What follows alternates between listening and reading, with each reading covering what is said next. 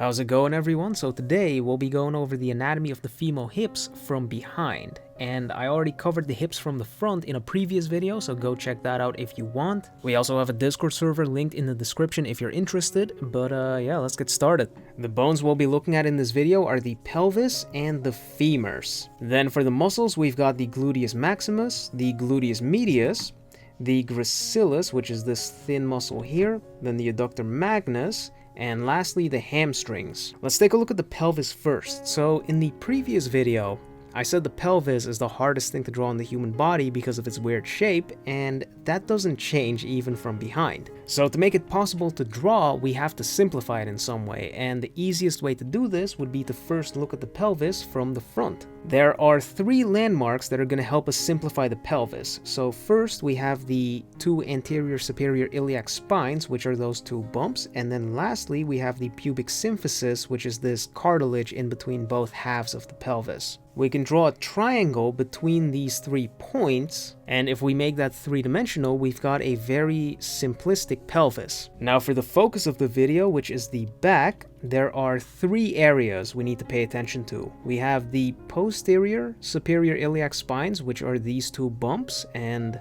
in case you're wondering, there is an inferior one, which is down there, but that doesn't really matter to us. Then we have the iliac crest, which is this ridge here on the side. Here's a side view of the iliac crest. It's this ridge right there. And lastly, we have the sacrum, which is this thing here. Technically, it's part of the spine, but it's attached to the pelvis, and it's kind of important for the muscles as well. If we look at the width of the pelvis, we can see that the posterior superior iliac spines, or pieces for short, is on the middle third of that width. Now back to our simplified pelvis, we have the width, so all we need to do is take the middle third, and that's going to give us the position of the pieces. And then the sacrum, which is basically just a triangle that we can connect down like that. Now, as is usual for these videos, I'm going to draw the anatomy after explaining it, and for our first drawing, we're going to do an eye level view. This is basically directly from behind, so that's our simplified pelvis, and then all we need to do is mark the pieces points and the sacrum. Next, we're going to do our low angle, which means all of our horizontal lines are going to be converging downwards. This one is not directly going to be from behind, it's going to be a little bit to the side. Then we'll do that, and then the other end is going to be placed there. Connect those, and then that should be it. Lastly, we'll mark the pieces points and the sacrum. And lastly, we've got a high angle, which means everything is going to be converging up instead of below like we did with the low angle. And I think what's actually kind of difficult about drawing high angles is the fact that the hips are usually tilted instead of being completely level, and showing that tilt from above is actually kind of difficult. Next up, we have the femur, which is the upper leg bone, connected to the pelvis through the head and neck of the femur. The femur sticks out of the pelvis at around 120 degrees, give or take. And what we're really interested in is this bump right here, which is called the greater trochanter. A lot of muscles attached to it, and usually it's also the widest point of the pelvis, creating a shape like that. Pubic symphysis is right there, so the greater trochanters are a little bit below that. Then we draw the 120 degree lines, and then make sure that the greater trochanter is a little bit wider than the iliac crest, and then that's it for the femur. Now for the low angle, again, make sure that the femur is a little wider than the iliac crest, like that, and then the other one is going to be placed. Lastly, the high angle, we'll mark the iliac crest, then go down at a diagonal angle, and then there we go. Now we'll move on to the muscles. First, we have the Gluteus Maximus, one of the biggest muscles in the human body. It originates from the iliac crest up there, and then it also originates from the sacrum. And from here, it goes down and it attaches a little below the greater trochanter. Technically, it attaches to something known as the iliotibial tract, which we'll talk about in the leg video. So for now, you can just assume it's a little bit below the greater trochanter. This muscle also adds a lot of volume going this way because the pelvis is right there. So this is something you're gonna have to be very careful with when you're drawing 3/4 views. Now for the drawing, we're going to follow the back of the pelvis down the sacrum, and then from here we're going down a little bit below the greater trochanter and just draw it like that. This view is going to get a bit more difficult because now we actually have to deal with the protruding volume of the gluteus maximus, but I think it would look something like that. Same thing on the other side. Make sure you always follow your perspective lines like that. Then the low angle, again, this one is kind of difficult because you need to deal with the volume of the gluteus maximus.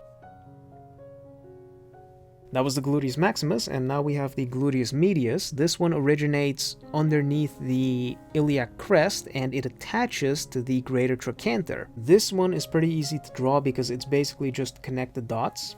Go from the iliac crest down to the greater trochanter. Next up we have the gracilis and the adductor magnus. They're different muscles, but I'm covering them both at the same time because they're right next to each other. So for this tutorial, you can just consider them the same muscle. They originate up here near the pubic symphysis and then they follow the pelvis all the way down to the back. The gracilis goes all the way down to the tibia, which is the lower leg bone, and then the adductor magnus attaches to the femur.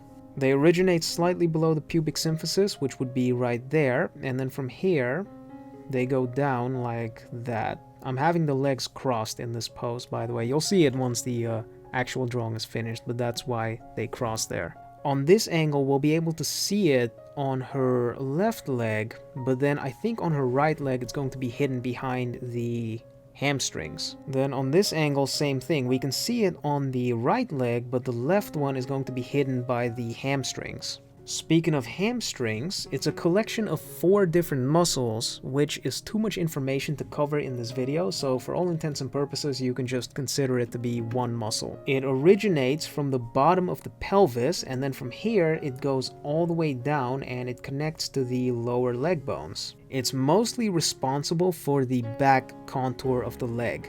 The hamstrings on our eye level view are somewhere around here, and they don't really influence the contour, so they're not very important there. Here we're going to start from the bottom of the pelvis and then go all the way down like that. On the other side, you'd be able to see them right underneath the gluteus maximus, adding some extra volume to the back of the leg. Same thing with this one, you can see them partially poking out from underneath the gluteus maximus. And then on this side, they'd be responsible for the back contour. Lastly, we'll also have to cover fat distribution because it's actually pretty important for female anatomy. On women, there are fat pads spread throughout the entire hip region in the back. The result is that a lot of extra volume gets added to the anatomy, and it also smooths out the body. Specifically below the gluteus maximus, there's a fat pad here that adds enough volume to create a fold known as the gluteal fold. Now let's finish up the contours by adding in the extra fat. So like I said, below the gluteus maximus. Then here on the outside of the leg, we have some extra fat as well. And that should be it. Again, we're going to start with the gluteal fold.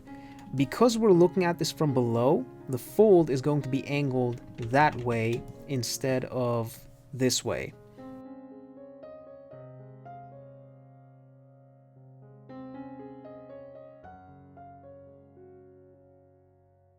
And here's what we got for the finished sketches. So I've got my Patreon and our Discord server linked in the description below, so go check that out if you're interested.